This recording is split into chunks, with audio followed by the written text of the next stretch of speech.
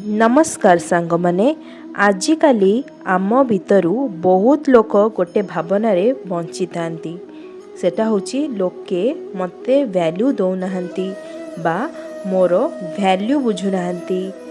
आमे भाबू भलरे कथा हेले सब कथा मानि नेले बोधे लोक आम वैल्यू बुझिबे बा आमको वैल्यू करिवे, बट एक्चुअली तार उल्टा हुए।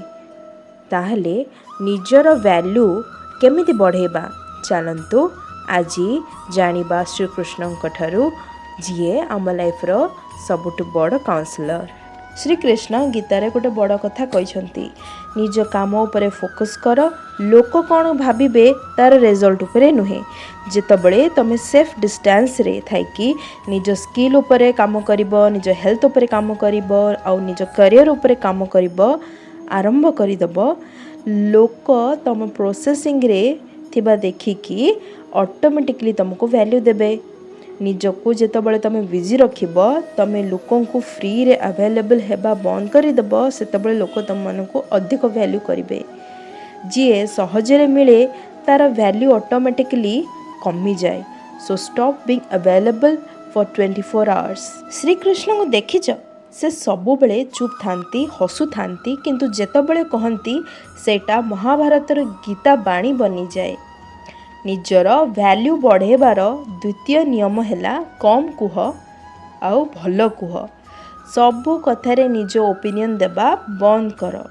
जेतबळे तमे कम कहबा आरंभ करिवो, लोके तमे कौन कहिबो बा कौन कहिले सुनिबा पई अपेक्षा करी रहिबे।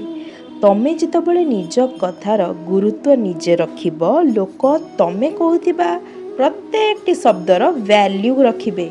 गीतारे आत्म संयम योगारे श्रीकृष्ण कहते कि मनुष्य निज द्वारा ही निजर उद्धार करि पारे बा निजको तले पकई भी पारे।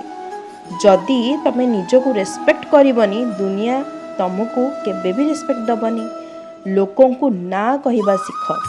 जदि तमे भाबुच गोटे जगह तुमको रेस्पेक्ट मिलूनी, सेठी जोर जबरदस्ती रहिबा बंद कर। निजर बाउंड्री सेट कर।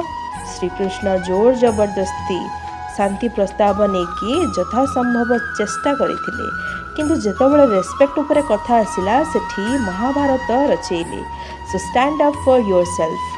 शेषरे गोटे कथा मन रखंतु, वैल्यू बाहर खोजिले मिले नाही, एहा भितरु आसे। जेतबळे तमे निजको भल पाइबा शिखिब आउ श्रीकृष्णଙ୍କ उपरे भरोसा रखी निज काम करिब, लोके तमको वैल्यू करिबा पाई बाध्य हेबे। हरे कृष्ण।